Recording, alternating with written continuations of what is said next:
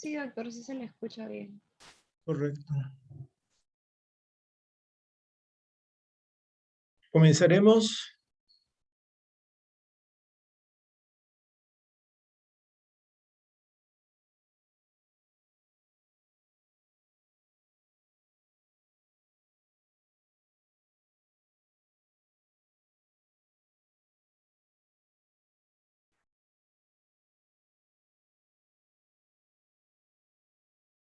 Bien, muy buenos días, estimados alumnos. El día de hoy vamos a tocar un tema, creo que es el penúltimo en su lista de clases teóricas, pero tiene un tema muy importante porque tiene que ver con lo que ocurre después de un parto.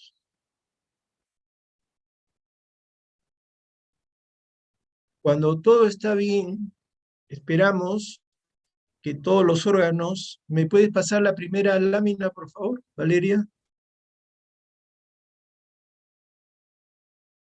Sí, doctor. Nicole hoy justo está a cargo del anfitrionaje del Zoom y Nicole va a pasar las diapos.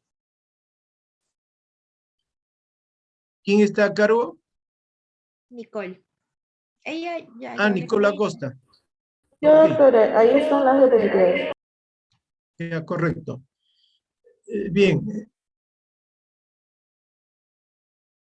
les decía que hoy día vamos a tocar un tema muy importante que tiene que ver con todos los cambios que ocurren después de un parto, ¿no? O sea, lo que se conoce como el puerperio. El puerperio se ha considerado que dura 6 semanas, ¿no? Porque es el tiempo en que la mayor parte de los cambios los cambios que se han sucedido durante la gestación y el parto mismo vuelven a como estaba antes. Como ya les expliqué en una clase anterior sobre traumatismo obstétrico, no sé si se acuerdan, estos cambios no son al 100%, pero ese ya es un tema que ya lo hemos conversado.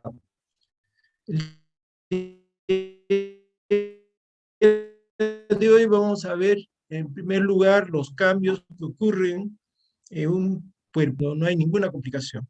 Y posteriormente vamos a tener que tocar lo que se conoce como el puerperio patológico, o sea, todas las complicaciones que ocurren en los órganos de la reproducción cuando hay alguna infección, algún traumatismo, etc. En primer lugar, el puerperio entonces decía que es un periodo que abarca aproximadamente 6 semanas. La siguiente.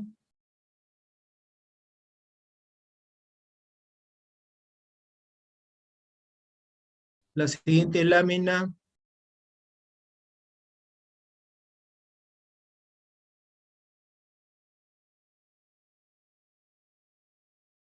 Se ha dividido el puerperio, el llamado el puerperio inmediato, el puerperio propiamente dicho, y el puerperio tardío.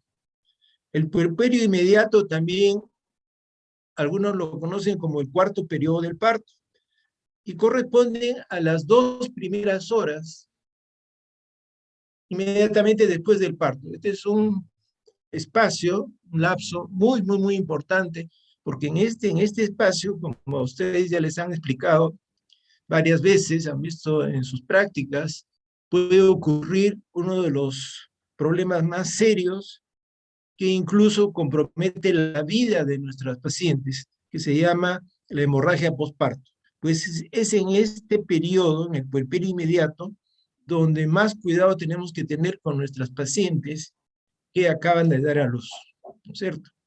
Entonces, este periodo que se conoce también como el cuarto periodo del parto, se considera que es o debe ser de 2 horas aproximadamente. Posteriormente, ya desde las 24 horas que siguen hasta el séptimo día después del parto, hay una serie de otros mecanismos es cuando comienza algo importantísimo para el bebé, ¿no? Que es la lactancia. Finalmente, el puerperio tardío, que es hasta los 42 días, y que coincide si es una paciente que no está dando de lactar con su primera menstruación. La siguiente.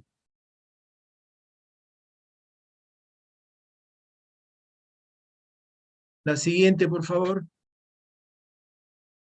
Eh, eh, ¿Cómo te llamas? Disculpa tu nombre.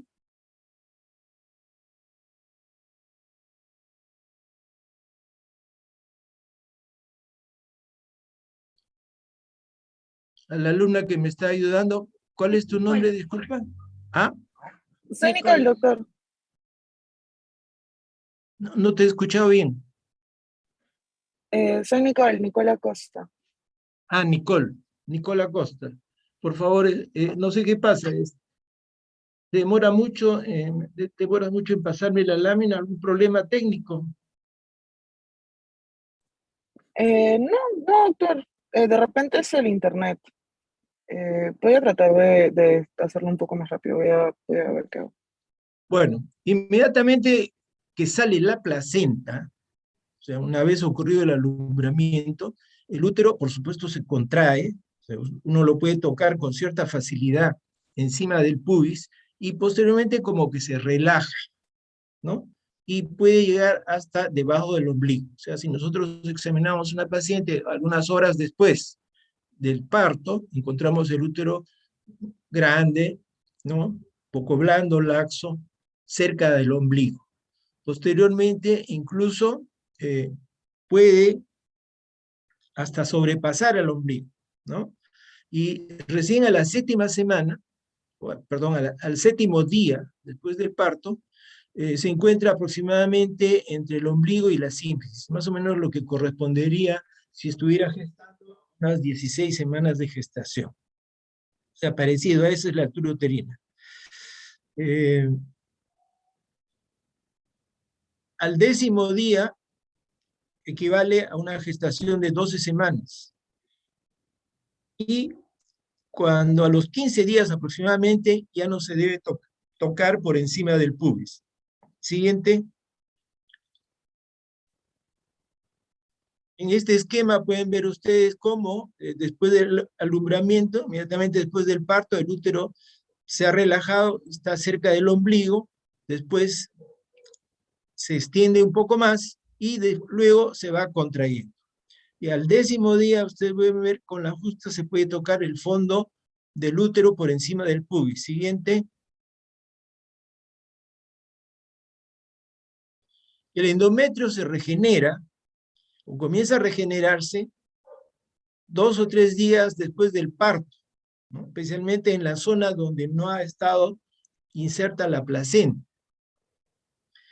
Como ustedes saben, el endometrio ha cambiado, y ya no se llama endometrio, sino decidua, y es la parte superficial de la decidua la que se necrosa y se desprende como lóqueos, ¿no? Eso se lo conoce como lóqueos.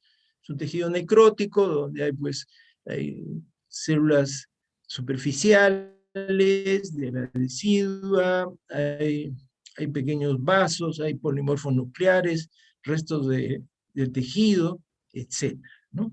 La capa basal, que es la otra capa de la decidua, es la que va a dar lugar al endometrio, al nuevo endometrio. La siguiente.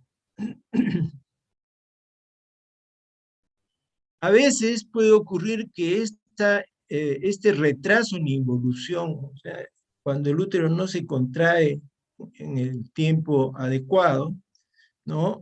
Puede comenzar a sangrar en forma irregular o incluso en forma abundante, y es algo muy preocupante, por supuesto, no solo para la paciente, sino para todos los que estamos ahí cerca, ¿no? El útero se nota más grande, está más blando, y puede deberse a muchas cosas. Una de ellas, y que tenemos que descartar muy rápidamente, es que hay restos placentarios, ¿no? Restos de placenta en el útero que impiden que éste se contraiga, o de repente que se está produciendo una infección. Un útero infectado es un útero que no se contrae, por lo tanto siempre tenemos que pensar en que puede estar ocurriendo una infección. Un tercio de los casos de esta subinvolución uterina se debe a infecciones a Clamidia trachomatis. Para ello, el mejor antibiótico a usar sería la doxiciclina o la acitromicina. Como ustedes saben, la doxiciclina no se puede usar durante la gestación, ¿no? Incluso tampoco durante la lactancia, pero en estos casos, como de por medio está una presunción de infección o de hecho una infección demostrada, sí la tenemos que usar. En todo caso, tenemos también la citromicina, que puede ser un antibiótico que podemos tomarlo en cuenta. Siguiente, un preocupante, ¿no?, es lo que se conoce como hemorragia puerperal tardía. Esta puede ocurrir hasta 3 meses después del parto, ¿no? Y comienza de un momento a otro y en gran cantidad. Por lo tanto, produce pues mucha angustia y temor en la paciente y da pie o da motivo a que esa paciente pueda ser nuevamente hospitalizada para su manejo, ¿correcto?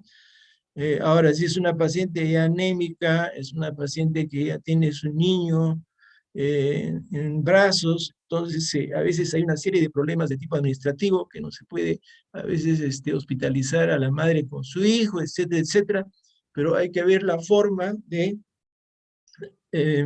tranquilizar a la madre y a la familia de la madre, dándole todas las garantías para que este trance, esta complicación, que cuando se presenta es, les decía, muy preocupante, ¿no? Se pueda neutralizar con facilidad. Nunca hay que descartar la posibilidad de algún trastorno de la coagulación. Hay que descartar, por ejemplo, el von Willebrand, que es relativamente frecuente en nuestro medio. Y el tratamiento será a base de ocitóxicos, o sea, sustancias que permiten que el útero se contraiga, bien antibióticos, y si ecográficamente se demuestra la presencia de restos, habrá que practicar orina hecha por manos expertas. ¿Qué significa manos expertas? Que este es un manejo o una cirugía, un tratamiento quirúrgico que debe estar en manos de profesionales ya de experiencia. Muy fácilmente se puede perforar el útero y por lo tanto tenemos que tener el mayor de los cuidados. La siguiente, por favor. Bien, la secreción que sale después de un parto se conoce como lóqueos, y los lóqueos está formado por varios elementos.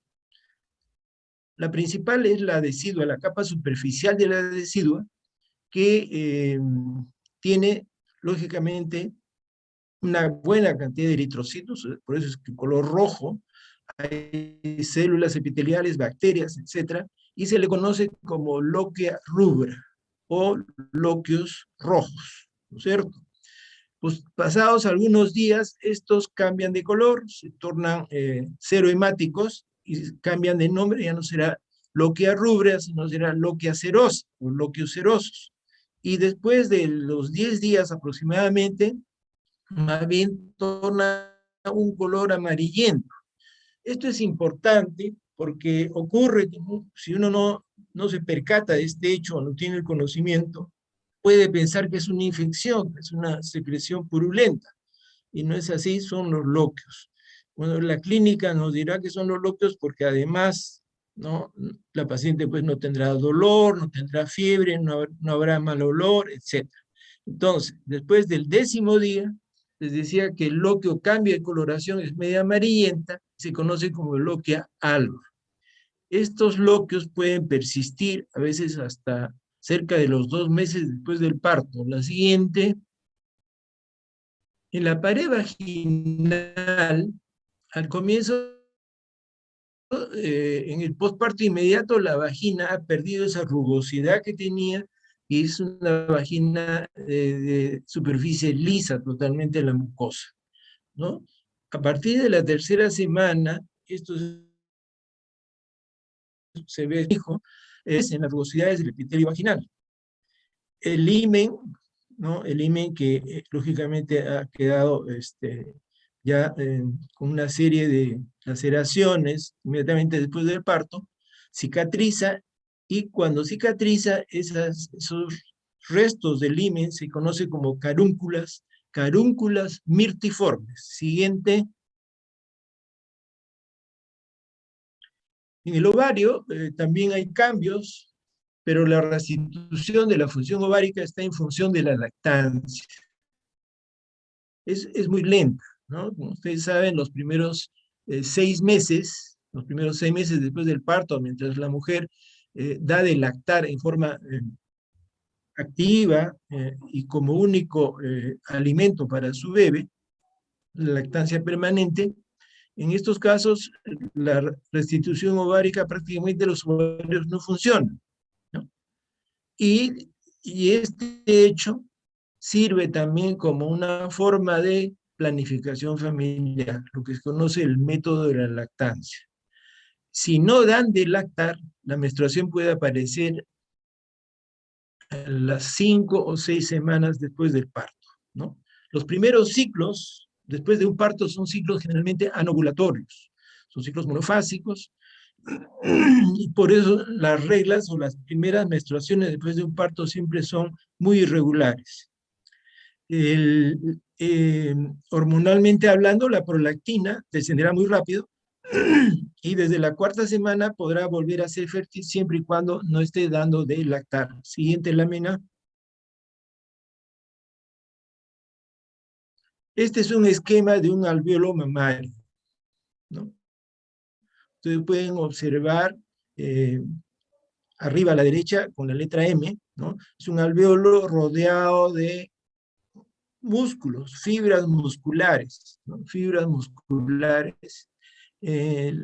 Con la letra A son alvéolos mamarios, donde pueden observar las células secretantes que depositan su contenido en la cavidad alveolar y que por estímulos que ya vamos a ver después, ¿no? Se contraen estas miofibrillas y permiten que se evacúe la leche que está en su interior hacia los conductos mamarios que están con la letra D ahí en ese esquema.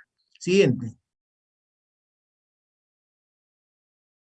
Vamos a mencionar algunos cambios que ocurren en las mamas. Como ustedes conocen también, la función principal de la leche, ¿no? Lo más importante de la leche es alimentar al niño, protegerlo después del nacimiento. No hay nada mejor que la leche de la madre para el niño, para el ser humano. Y no solo de la leche, sino desde el calostro, como vamos a ver después, es absolutamente importante. Después que se produce la salida de la placenta, los estrógenos, progesterona y lactógeno placentario bruscamente descienden. De esta manera se elimina pues, la inhibición que había sobre la prolactina, la cual se activa y comienza a desencadenar la síntesis de la leche en los alvéolos mamarios. Siguiente. La beta-endorfina. ¿Qué cosa es la beta-endorfina? Como ustedes saben, es una sustancia que se produce en el hipotálamo, ¿no? Y que inhibe la secreción de las gonadotrofinas. De esa manera se impide la ovulación y la menstruación, por supuesto. Favorece la liberación de prolactina porque tiene un efecto también dopaminérgico, o sea, disminuye la secreción de la dopamina, lo cual contribuye a la liberación de la prolactina. Si a eso le agregamos la succión del pezón, la succión del pezón estimula a que el hipotálamo secrete más endorfina y de esa manera se producirá más leche. Siguiente. Las reflejos neurológicos, ustedes quieren, ¿no? Actúa sobre la hipófisis posterior o neurohipófisis, estimulándola para que produzca oxitocina. Y la oxitocina es la que hace contraer las células o las fibras mioepiteliales que rodean el alveolo, provocando la salida de la leche. La siguiente, el calostro. Les mencionaba que la lactancia es lo más importante para el desarrollo del bebé, ¿no? Y como vamos a ver, también influye positivamente en la madre. Pero el calostro, que es esa sustancia amarillenta, espesa, que sale primero a través del pezón, es una sustancia muy rica en minerales, en aminoácidos y en anticuerpos. Se considera el calostro como la vacuna universal, ¿no? Por su alto contenido de inmunoglobulinas que protegen, como vamos a ver más detalle, al recién nacido de una serie de microorganismos intestinales. Siguiente. La leche está formada pues, por grasas, proteínas, carbohidratos, minerales. Una madre lactante produce alrededor de 600 mililitros de leche por día, pero si tuviera un embarazo gemelar puede producir muchísimo más. Entre las proteínas más importantes que hay en la leche está la alfa-lactoalbúmina, la beta-lactoalbúmina y la caseína. Todas las leches contienen vitamina, pero son muy pobres o casi no tienen la vitamina K. También en el suero de la leche está el llamado factor de crecimiento epidérmico, que facilita el crecimiento y la maduración de la mucosa intestinal del recién nacido. Siguiente. Ya les mencioné que la leche humana es el mejor alimento pues, para el recién nacido, ¿no? Y tiene una serie de beneficios, no solo en el bebé, sino también en la madre, porque las mujeres que están dando el lactar, que están amamantando, se ha visto que tienen un menor riesgo de padecer de cáncer de la mama y de ovario. Un factor, esto ya se los han dicho a ustedes, un factor importante de riesgo para cáncer de mama es justamente la no lactancia, no haber tenido hijos, no haber dado de lactar. Entonces, la lactancia protege contra el cáncer del ovario y el cáncer de mama. Los hijos, se ha visto también que desarrollan mayor inteligencia cuando son adultos. El peso posparto es menor en mujeres que dan de lactar. Y igualmente hay un riesgo 23% menor de cardiopatías coronarias en las madres. Siguiente.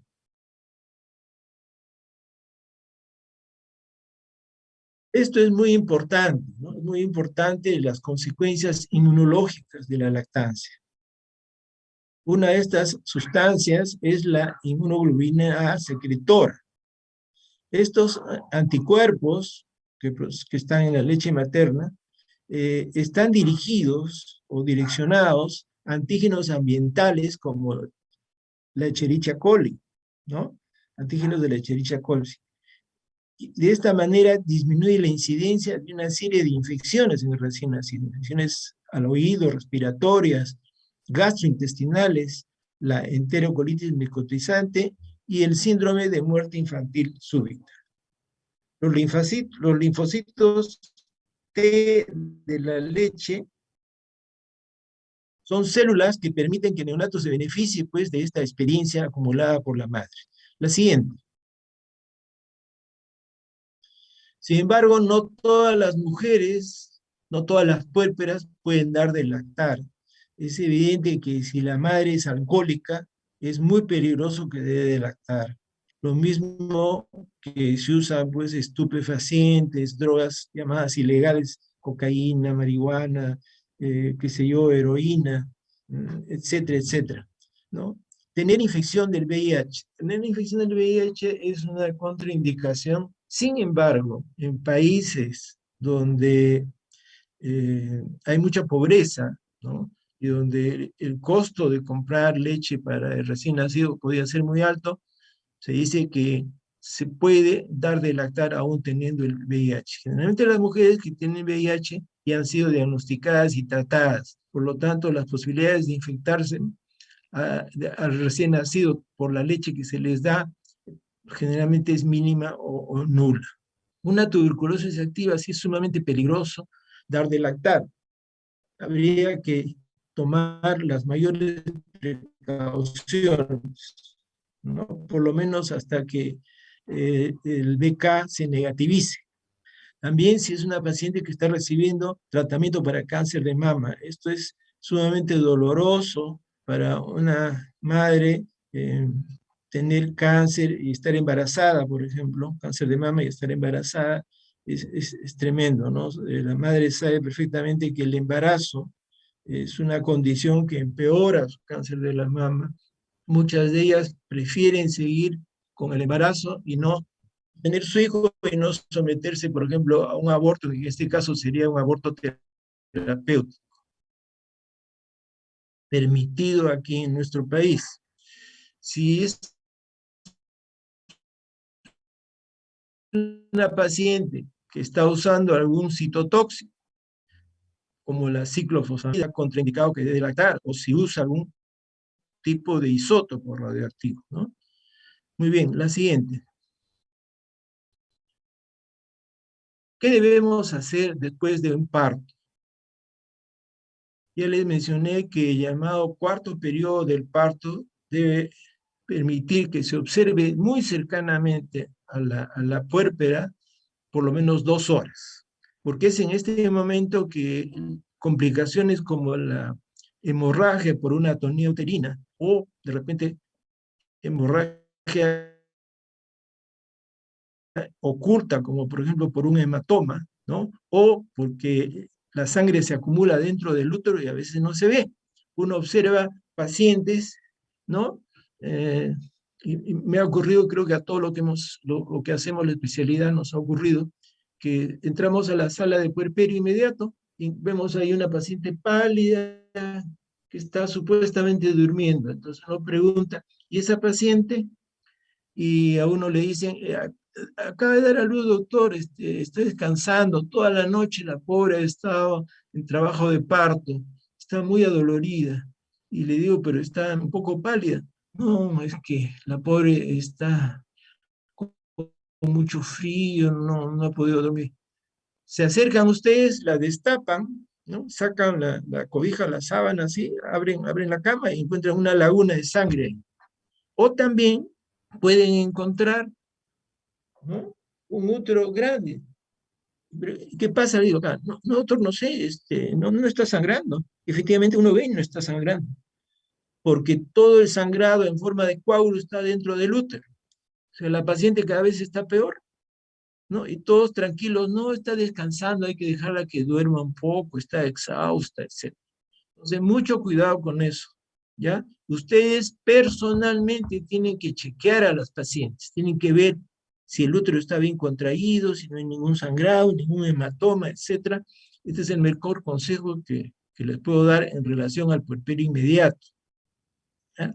Las funciones vitales, el tono y el sangrado vaginal. Siguiente.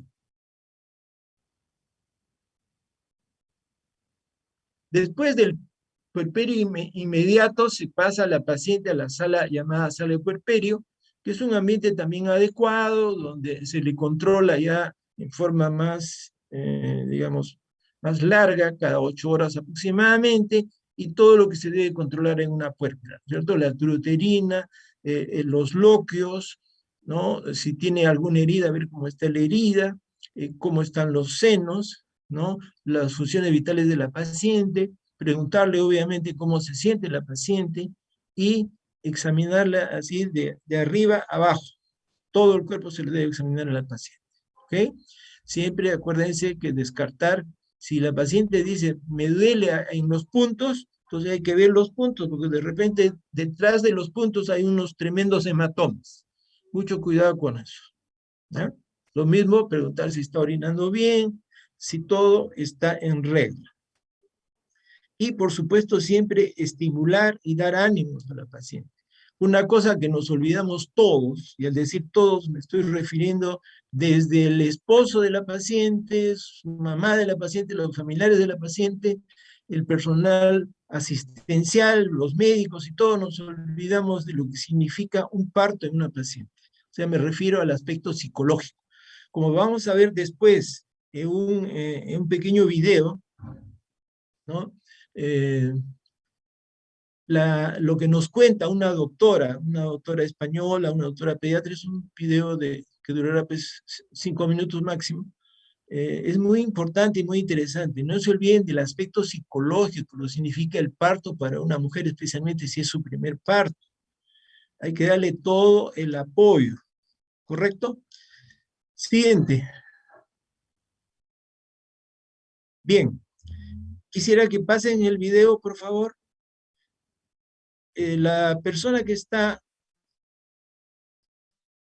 hablando es una doctora pediatra española que acaba de tener a su primer hijo y nos va a contar sus experiencias, qué significa para ella el posparto inmediato.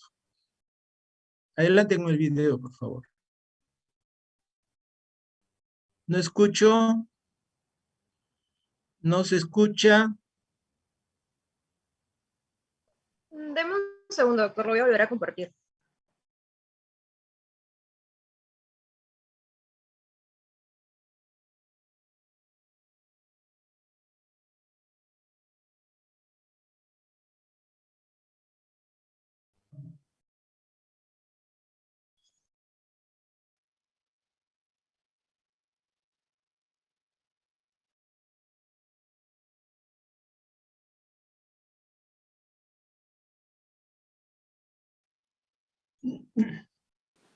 Bienvenidos a Living Suavinex. Hoy Lucía Galán nos hablará sobre el posparto.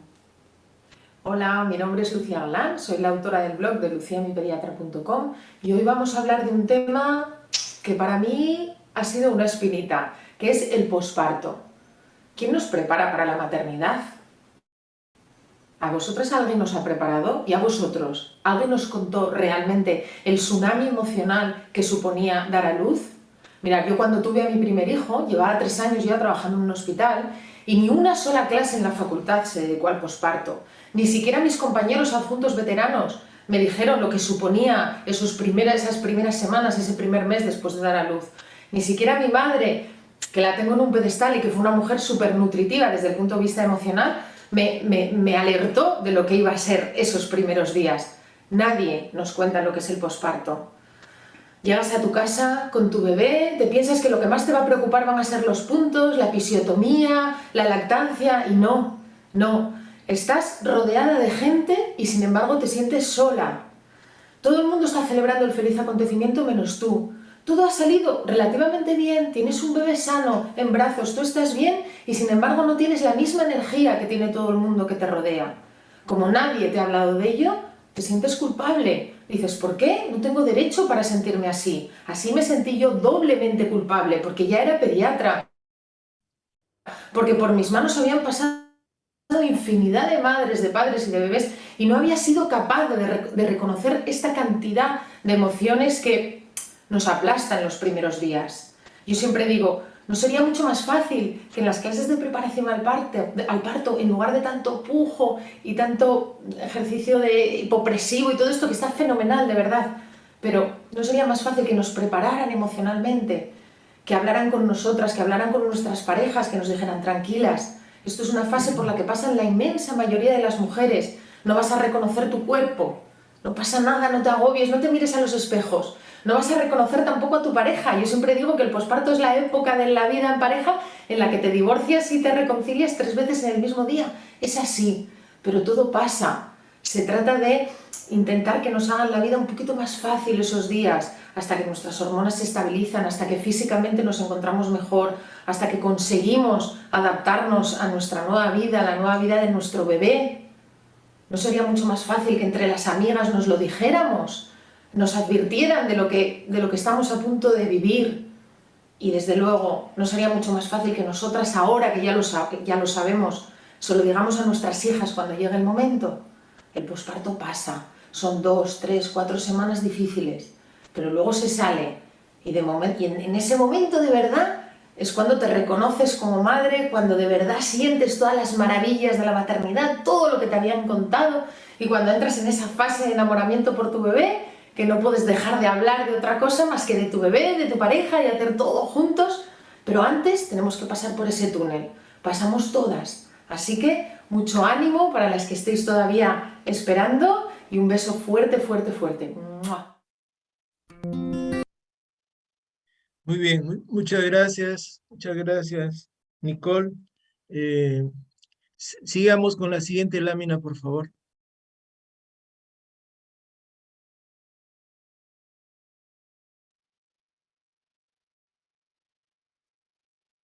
Bien, como ustedes han podido escuchar, ¿no? Y ver a esta doctora, es una doctora pediatra, ese aspecto, el aspecto emocional después del parto, es lo que a veces nos olvidamos todos nos olvidamos, comenzando desde la familia inmediata, la más cercana, la que está al lado de la paciente, ¿no? Y hacemos que ella se sienta culpable, como dice muy bien en el video. Es importante, pues, el apoyo que le prestemos. Y hablar sobre este momento de posparto inmediato, del aspecto emocional, lo hacemos muy poco. Entonces yo les recomiendo a todos ustedes, estimados alumnos, futuros colegas, que cuando estén haciendo su internado, hablen sobre esto con las pacientes, con las puérperas recientes, y si pueden incluso antes de eso, ¿ya? Bien, ahora vamos a hablar de la parte que no quisiéramos que ocurra nunca, ¿no? El puerperio patológico. Ya les han hablado bastante ustedes sobre la hemorragia obstétrica, la preeclampsia, y ahora vamos a tocar algunos aspectos de la infección puerperal. Todos esperamos que no ocurra nada después del parto, todo felicidad, el útero involucionado, no hay sangrado, la paciente se siente bien, está feliz con su niño, etc. Lamentablemente, no siempre ocurre así y tenemos que estar preparados para afrontar las complicaciones, algunas de ellas que son mortales después del parto. La siguiente.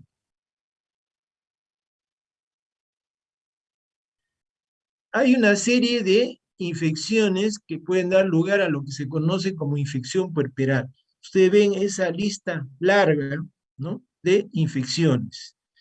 Las más graves y frecuentes son la endometritis, o sea, la infección del endometrio, en este caso de la decidua, lo que queda de decidua, puerperal, ¿no?, que ocurre no siempre solamente en el endometrio, sino que compromete el músculo. Entonces ya se conoce como endomiometritis. La infección de la episiotomía, que se debe generalmente a mala técnica. A la episiotomía no se le da el trato que merece, ¿no? Y lo digo esto con conocimiento de causa porque muchas veces, es más, yo diría que rara vez llegaba una paciente después de dar a luz a su control posparto, todo bien, la cicatriz de la episiotomía en buen estado, o cicatriz de la cesárea en buen estado, etc. Muchas veces estaba cicatrizada, por ejemplo, la episiotomía, ¿no? O sea, la episiorrafia aparentemente había sido bien hecha. Sin embargo, al no afrontar bien los bordes, crece un tejido de granulación. Se forman unos granulomas ahí en la incisión de la episiotomía. Ese sitio han dejado un espacio, no ha habido un buen afrontamiento piel a piel y crece como un granuloma que es sumamente incómodo, doloroso. Cada vez que orina la paciente cae un poquito de orina y le hace ver a Judas y por supuesto se acuerda del médico, de la persona que le ha hecho la episiorrafia. Entonces, mucho cuidado con la episiotomía que con mucha frecuencia, si bien puede no infectarse, pero a veces está mal hecha. Y si se infecta, ya hemos hablado, acuérdense cuando hablamos de trauma obstétrico, si no hacen una buena técnica, si no revisan la episiorrafia, o sea, no hacen un tacto rectal, por ejemplo, para ver si no se han ido hasta la luz del recto al poner los puntos, pueden producir graves problemas, fístulas especialmente. ¿Okay? La cesárea, que es la operación más frecuente en ginecobstetricia.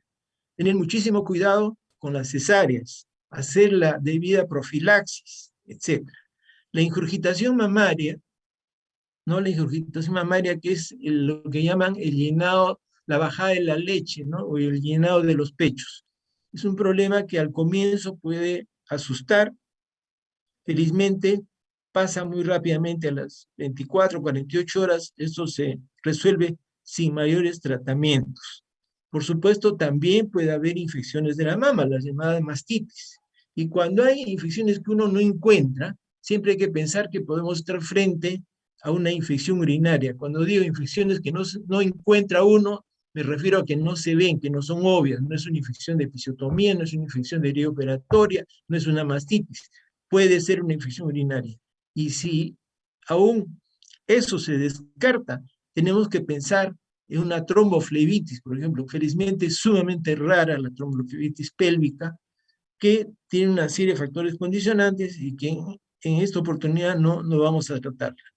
La fascitis necrosante o fasciitis necrotizante, que es otro nombre de lo mismo, son infecciones gravísimas, como vamos a ver algunas láminas después, gravísimas, que requieren pues tratamientos quirúrgicos muy extensos, hospitalizaciones muy largas y todo lo que implica eso en una puerta. Siguiente. Vamos a hablar un poco de un médico húngaro, un médico que nació en Buda, que actualmente se conoce como Budapest, que es la capital de Hungría. Él nació el año 1818 y vivió solamente 47 años. Él estudió medicina y fue a hacer su especialidad a Viena, que en esa época era la capital del Imperio Austrohúngaro. Hizo su especialidad en Viena, en un hospital que era el hospital más grande que había en Viena, y donde observó algo muy, muy particular, ¿no? Observó que había dos salas donde se atendían a las gestantes, donde se atendía el parto a las gestantes. Una a cargo de médicos y estudiantes de medicina, ojo, y otra a cargo solamente de matronas, o sea, el nombre como se llamaba antes a las obstetrices de ahora, ¿no? Una sala a cargo de matronas y otra a cargo de los estudiantes de medicina y médicos. ¿Y qué observó? Que la sala donde las mujeres iban a dar a luz y eran atendidas por médicos, estudiantes de medicina, tenían unas tasas de infección puerperal, o sea, la fiebre puerperal llamada, y muerte, por supuesto, altísimas, casi 3 o 4 veces más que en la sala que atendían las comadronas. Entonces se puso a investigar y observó que tanto médicos como estudiantes de medicina generalmente se iban a atender los partos o examinar a las pacientes después de haber estado haciendo autopsias en gente que moría de distintas enfermedades, ¿no? Se hacían disecciones, etcétera. Por supuesto, en esa época no se usaban guantes, ¿no? Y, por supuesto, ni se lavaban las manos o se lavaban mal las manos. Entonces, él se percató de esto y innovó. Pasa la siguiente. Vean, desde esa época, o sea, hace casi 200 años, muchachos, hace casi 200 años, ¿ya? En Viena. Él observó, el doctor Semmelweis observó, ¿no? Cómo, ustedes pueden ver en la parte superior de esta gráfica es hecha por él mismo, ¿no? Observó cómo en la primera clínica, lo que está en morado, aquí pueden ver ustedes cómo está en morado, ven ustedes a lo largo de los años cómo, ¿no? El índice de infecciones era altísimo, de muertes maternas por fiebre puerperal, mientras que en la segunda clínica, en la que atendían matronas, casi la tercera parte de lo que atendían donde atendían los médicos. La siguiente. Vean cómo desde esa vez, o sea, hace casi, repito, 200 años, ya se comenzaron a hacer gráficos para demostrar los efectos de las buenas o malas prácticas que hagamos. Entonces, él, al ver estos datos de esta mortalidad tan grande, ¿no? Decidió que bastaba un lavado de manos, pero un lavado de manos adecuado y con una solución antiséptica, ¿no? Él demostró que haciendo esto, el doctor Semmelweis, ¿no? Cómo bajaba la mortalidad. Ven ustedes cómo ha bajado, ¿no?, la morbilidad y la mortalidad desde que comenzó el lavado de manos, ¿ya? Como dice acá, los datos eran incontrovertibles. Las tasas de mortalidad de fiebre puerperal para la primera clínica en la institución cayeron, o sea, donde atendían médicos y estudiantes de medicina, cayeron notablemente cuando Semmelweis implementó el lavado de manos a mediados de mayo de 1847. La siguiente. Este es el lavatorio donde obligaba a que todos los médicos y estudiantes de medicina que iban a atender puérperas, ¿no?, él que iba a ser jefe en una sala, ¿no?, tenían obligatoriamente que lavarse las manos con una solución que tenía cloro, una solución antiséptica que tenía cloro. Este es el lavatorio que hasta ahora se conserva. La siguiente. Lamentablemente, Semmelweis, que repito, murió a los 47 años, o sea, para nuestra época, muy joven, ¿no? Lamentablemente murió rodeado de la envidia, rodeado del odio, rodeado de la agresión de sus mismos colegas, de los mismos médicos, que no creyeron en él y terminaron recluyéndolo en un manicomio a Semmelweis. Y ahí murió a los 47 años. Pero antes de morir, dijo, ¿no?, y escribió, tiene un libro que él ha escrito: cuando reviso el pasado, dice, solo puedo disipar la tristeza que me invade imaginando ese futuro feliz en el que la infección será desterrada. La convicción de que ese momento tiene que llegar inevitablemente, tarde o temprano, alegrará mi hora de morir. Siguiente. Bueno, por este motivo, ¿no?, y muchos otros que después se fueron consolidando a lo largo del tiempo del siglo XIX, o sea, 1800, y por supuesto el siglo pasado, se determinó que el 15 de octubre, hace poco tiempo, hace un mes, ¿no?, sea el Día Mundial del Lavado de Manos. El lavado de manos, estimados estudiantes, es el mayor aporte que ha hecho la medicina a la humanidad. Quizá tan grande o igual que, por ejemplo, los antibióticos. La siguiente, no se olviden nunca de esto. Siguiente. Bien, entre los factores condicionantes de las infecciones urinarias, que son infecciones, si se quiere, escondidas, que se producen después de un parto, siempre hay que pensar también en una infección urinaria rebelde, ¿no? Una infección urinaria que es relativamente fácil que se produzca debido a una serie de cambios que han ocurrido durante el embarazo, en la vejiga, en los uréteres, en las pelvis renales y en el edema alrededor de la uretra, ¿no? Todos estos hechos, acompañados de la bacteriuria, pueden producir infecciones urinarias que nos dan fiebres, que a veces nos rompemos la cabeza pensando cuál será su origen. La siguiente.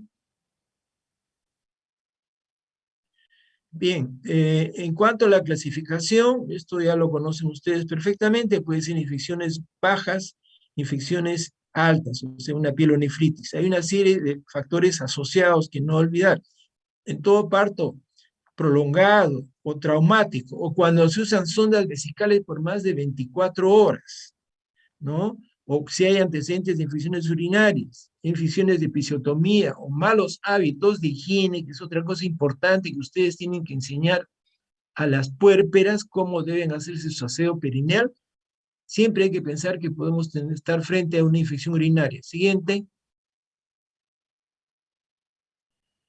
Bien, en cuanto a los tratamientos, la asociación ampicilina o una cefalosporina más algún aminoglicósido, sea gentamicina o amicacina, son muy útiles. Idealmente, por supuesto, primero tienen que tomar la muestra en condiciones adecuadas para un urocultivo y después, inmediatamente después, se inicia tratamiento que después se confirmará con el resultado del urocultivo. La siguiente. ¿Cuándo se considera que hay morbilidad? O sea, ¿cuándo se dice que hay una infección puerperal? ¿No? Uno dice esto cuando encuentra temperatura de 38 grados o más en 2 oportunidades con un intervalo mínimo de 24 horas. O sea, encontrar 38 o más de temperatura en 2 días seguidos, eso recién se considera que es morbilidad, o sea que hay infección. Siguiente.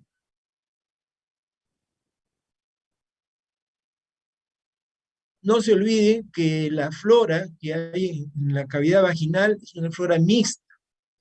Hay bacterias aerobias y hay bacterias anaerobias, ¿no? Y que los loquios, la sangre, todo lo que se expulsa después de un parto es un medio de cultivo, pues, que favorece las infecciones, ¿no? Hay un gran incremento de bacterias, especialmente las anaerobias, ¿no? Mucho más frecuente, y esto también les deben haber explicado, son las infecciones post-cesárea, o sea, las complicaciones, si comparamos un parto normal con una cesárea, en la cesárea son 10 veces más posibilidades de que se complique, que se infecte, que un parto normal. Y si estas infecciones son debidas a estreptococos hemolíticos del tipo B, del grupo A o B, son infecciones muy, muy agresivas que nos pueden llevar rápidamente incluso a un shock séptico. ¿Correcto? Siguiente. Siguiente. Siguiente, por favor. Ya le cambié, doctor. No sé si... Sí, pero pasa. Ah, ok. Te agradecería que estés un poquito atenta. Son varias láminas, así que algunas las tengo que pasar muy rápido para que ustedes ya las revisen con más tranquilidad, ¿ya? La etiología de la endometritis puerperal, que ya les dije que más que endometritis, a veces es endomiometritis, ¿no? Son gérmenes que infectan, pues contaminan la decidua y invaden a veces el miometrio, ¿ya?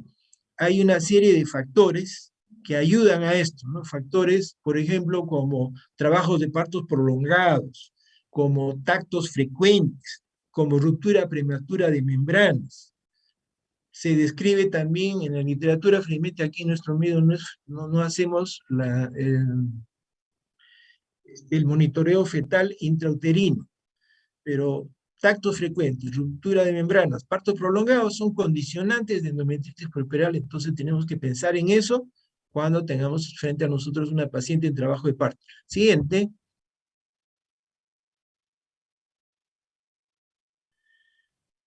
Bien, hay una serie de factores asociados que son comunes a infecciones, ¿no? Y más aún infecciones después del parto, ¿no? El nivel socioeconómico de las pacientes, ya les mencioné la ruptura prolongada de membranas, los partos no hospitalarios, ¿no? El trabajo de parto prolongado, los tactos, etc. Siguiente. Este es un cuadro donde ustedes pueden observar los gérmenes más comúnmente responsables de infecciones genitales, ¿no? Cocos gram positivos, bacterias gram negativas, la Gardnerella, también puede haber micoplasma y clamidia y anaerobios, ¿no? Especialmente Clostridium, Bacteroides, Fusobacterium y Mobiluncus. Y en la parte de los cocos, o sea, los gram positivos, los peptoestreptococos y peptococos. Siguiente. ¿Cuáles son los síntomas? ¿Cuáles son los síntomas? ¿Cuáles son los signos de la endometritis postparto? ¿Cuándo debemos sospechar que es la infección que tenemos frente a nosotros, ¿no? Evidentemente, la fiebre.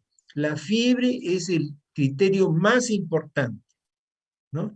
Es una fiebre que es proporcional al grado de infección. Y cuando la paciente presenta escalofríos, tenemos que pensar que está haciendo una bacteriemia o una endotoxemia, que son las toxinas que producen las bacterias. Lógicamente, esto está acompañado de dolor, ¿no? Que se hace evidente si hacemos un tacto, mucho más evidente, y los loquios.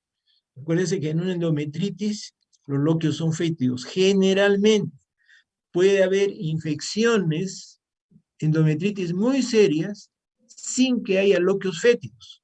Y al revés, puede haber loquios fétidos sin que haya infección. Entonces, si bien los loquios fétidos uno los hace pensar en una endometritis, no siempre se debe a eso. Siguiente.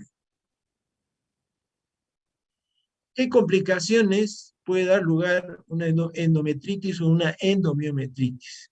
¿No? Lo primero es que se pueda haber ampliado esta infección, puede llegar a producir abscesos, pelviperitonitis y, por supuesto, un shock, una embolia y la muerte materna, ¿no es cierto?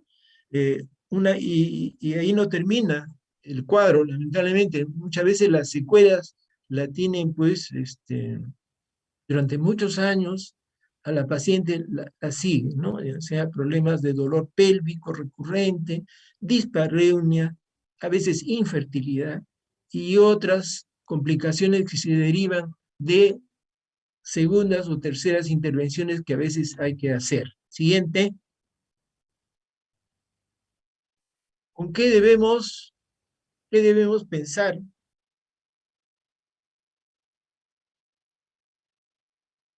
¿O con qué otras complicaciones debemos pensar cuando estamos frente a una fiebre o una sospecha de endometritis puerperal?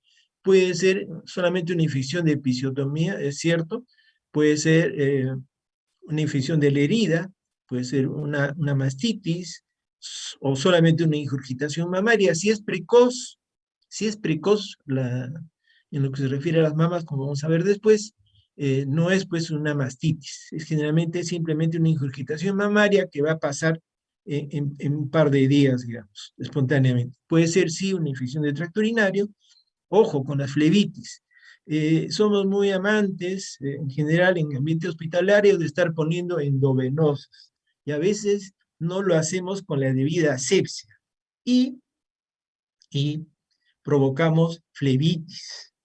¿Ya? Es bien doloroso esto de la flebitis, le digo, por experiencia propia. Una vez me operaron a mí de viejo, me operaron de las amígdalas, y bueno, no sé qué pasó, me bajó la presión, no sé qué ocurrió, la cosa es que me tuvieron que poner un endovenoso en la mano, me acuerdo mucho, y bueno, me recuperé, aparentemente todo bien, y después comencé a notar que cada vez que me lavaba las manos me dolía. Entonces miré bien, me palpé y tenía ahí un bultito, ¿no? Como si me hubiera metido un frijol ahí debajo de la piel. Dice, ¿qué es esto? Y ahí me acordé que ahí era donde me habían puesto la endovenosa, y era una flebitis lo que tenía. Sí, continúa. Bien, ¿cuál es el manejo que debemos dar? ¿No? Si no hay una mejoría en la evidencia, una mejoría evidente, una mejoría clínica evidente, después de estar dando determinado antibiótico, tenemos que cambiar de antibióticos, ¿no? Y generalmente la asociación clindamicina y un aminoglicósido, sea genta o amicacina, es una buena solución. Usar drogas ya que son básicamente de uso intrahospitalario, como el imipenem o la vancomicina, si sospechamos infecciones resistentes al Staphylococcus aureus, la vancomicina es muy buen antibiótico, pero su uso debe ser básicamente intrahospitalario, ¿no? También el metronidazol, que es muy útil para anaerobios. Se puede usar endovenoso y pensar en algún foco que está haciendo persistir la infección, que habría que sacarlo, que podría ser un útero infectado y habría que retirarlo. Siguiente. El manejo quirúrgico es cuando se ha agotado el tratamiento médico, cuando uno sospecha que mientras no desfocalicemos, o sea, saquemos el útero, en el caso de, por ejemplo, una endomiometritis, ¿no? Va a seguir la fiebre. Entonces tenemos que sacar ese útero, tenemos que drenar un absceso si encontramos o sospechamos de un absceso. Mientras no hagamos eso, lamentablemente los antibióticos no nos van a ayudar mucho, ¿no? A veces es difícil llegar al foco, pero es preferible operar y estar seguros de que no hay nada que dejar y esperar que ocurran las cosas. Felizmente ahora tenemos a la mano una tomografía que nos ayuda muchísimo. Si el útero está totalmente infectado, hay que retirarlo. Siguiente. Esto es muy importante, la profilaxis antibiótica. Está demostrado fehacientemente por múltiples trabajos que la profilaxis antimicrobiana, antes de las cesáreas, por ejemplo, ¿no?, que es la operación, repito, más frecuente en ginecobstetricia, es muy útil. Siempre se debe dar antibiótico profilaxis antes de una cesárea. Por ejemplo, usar 2 gramos de cefazolina puede servir mucho. Ahora, si la paciente es obesa, o sea, tiene un índice de masa corporal alto, se tiene que usar hasta 3 gramos. Incluso se puede agregar a la cefazolina acitromicina para que mejorar el espectro profiláctico. La antisepsia de piel. Se ha visto que es más útil usar clorhexidina alcohol que el alcohol yodado. Esto está demostrado. Igualmente, actualmente es importante hacer una limpieza vaginal preoperatoria, o sea, antes de la cesárea con una gasa estéril embebida en una solución de yodo, de povidona, entre nosotros el isodine, es muy útil antes de la intervención, como profiláctico. Siguiente. Siguiente. La ingurgitación mamaria, les dije que también a veces nos asusta. Lo importante que deben acordarse ustedes es de que ocurre poco después del parto. Puede ser a las 48 horas después del parto, 72 horas después del parto. Ustedes observan que ambas mamas, ¿no? Y esto se diferencia de la mastitis generalmente es de una sola mama, ¿no? En cambio, la ingurgitación mamaria es de ambas mamas, pero las dos hay fiebre, hay dolor, hay malestar, preocupación, etc. Entonces, dándole antipiréticos nada más, analgésicos, poniéndole pañitos de agua tibia para extraerse la leche, con eso esto va a pasar espontáneamente, esta febrícula que a veces se produce. La siguiente. Ya les mencioné que el diagnóstico diferencial con una mastitis, la mastitis generalmente se produce a la 3ª o 4ª semana después del parto y no inmediatamente. La mastitis es unilateral, mientras que la ingurgitación mamaria es bilateral. ¿Ya? Siguiente, el estado general de la paciente, ¿no? Siempre es bueno en una ingurgitación mamaria, no es como la mastitis que hay un compromiso del estado general. La siguiente.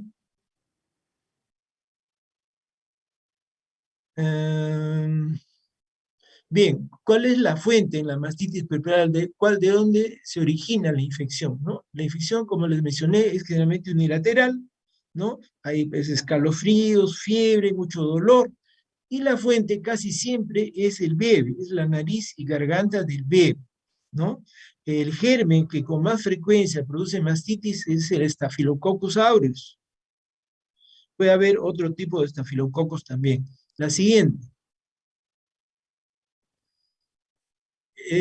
Hay unas cepas hospitalarias, que es el estafilococcus CA-MRSA, ¿no?, que puede producir mastitis supurativa y es adquirida en ambientes hospitalarios. Tener mucho cuidado con esto y por eso es importante el alta, digamos, precoz, ¿no?, en pacientes, por supuesto, que se haya descartado cualquier complicación de las puérperas. Es preferible que máximo estén 24 horas después del parto, ¿ok? Siguiente. Ustedes en esta lámina pueden ver cómo en el lado izquierdo se ve una zona, toda esta parte de acá. No sé si, Nicole, me puedes ir y señalar tú con tu vector. Esta parte se ve media roja, enrojecida, ¿no? Exacto, en esa zona. Lo que corresponde a una mastitis puerperal. Y en el lado derecho una ecografía que nos es muy útil, donde se puede ver el absceso, ¿no?, en esta sombra negra que se ve, ¿no? O sea, una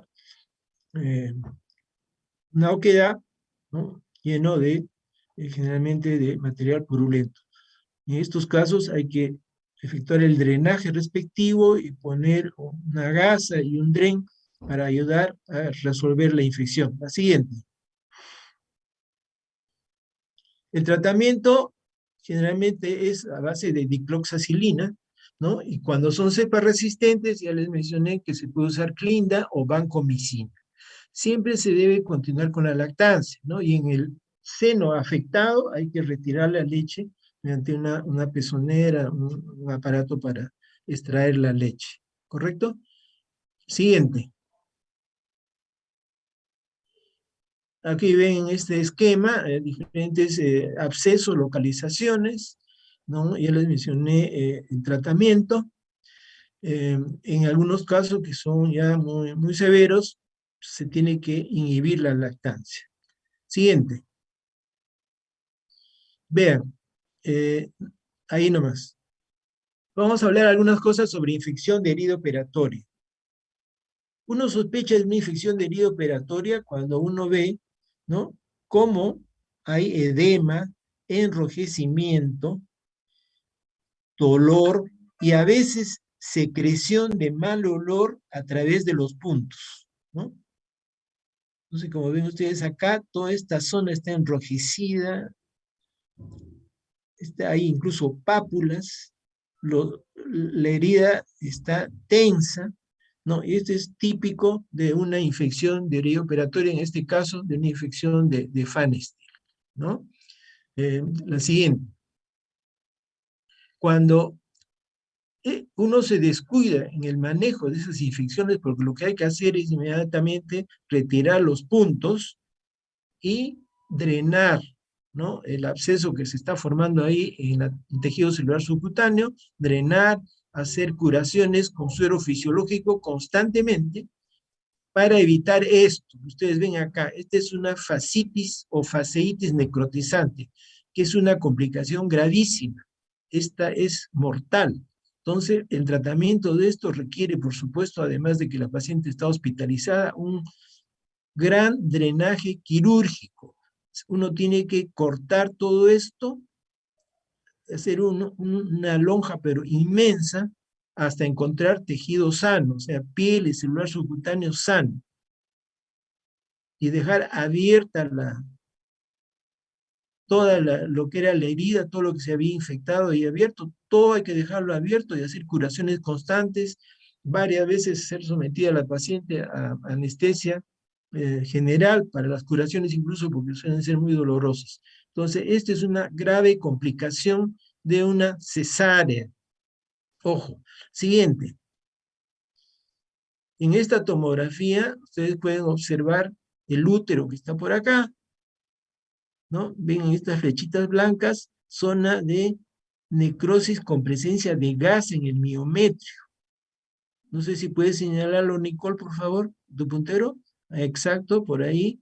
Aquí se ve miometrio con gas, ¿no?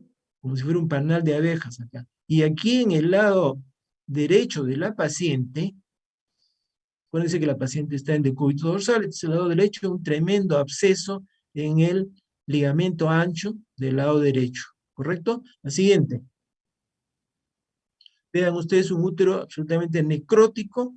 Esto, a veces incluso uno saca el útero y aún así la paciente lamentablemente a veces termina falleciendo. Entonces es importante darse cuenta de esto e intervenir. Previamente, por supuesto, avisar a la familia que se le va a tener que sacar el útero a su paciente porque esto es una grave complicación de una cesárea. No sé, las cesáreas muchas veces, no, incluso cuando uno es interno, siempre aspira a hacer su cesárea. ¿Y hiciste tu apéndice cuando estás en cirugía? Sí. ¿Hiciste tu cesárea cuando estás en ginecobstetricia? Sí. Entonces ahí eres feliz, ¿no? Pero las consecuencias a veces son estas, lamentablemente. Y por supuesto no es culpa del interno, ¿no?, sino es culpa de la persona, del médico que autorizó o que indicó, porque muchas veces él mismo no toma las debidas precauciones, ¿no? Y esto termina así. ¿Correcto? La siguiente. Este es algo que sí les toca un poco a ustedes, porque mañana más tarde cuando sean internos, ¿no?, van a querer hacer su episiografía. Y por supuesto lo hacen con la mejor voluntad, pero siempre, siempre aprendan a hacerlo, ¿no? De los médicos de más experiencia, aprendan a hacerlo pues del R3, no del R1, ¿no? Aprendan a hacerlo del asistente, ¿ok? Lean bien sobre el respecto, hay videos, hay una serie de ayudas que antes nosotros no teníamos, ustedes sí las tienen, para aprender cómo se debe suturar bien una episiotomía, ¿ya? Mucho ojo con esto.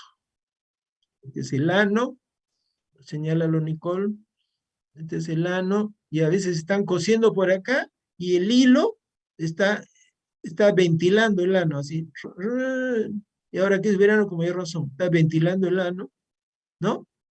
Y ese mismo hilo después va a quedar dentro de la episiotomía, ¿no? Hay que tener mucho cuidado. Lo siguiente, por favor. Ya les hablé de la fascitis necrotizante o fasciitis necrotizante, que es una infección gravísima, ¿no? Está asociada a altas tasas de mortalidad y se puede producir en incisiones abdominales, como ya les he mostrado, o episiotomías, como van a ver.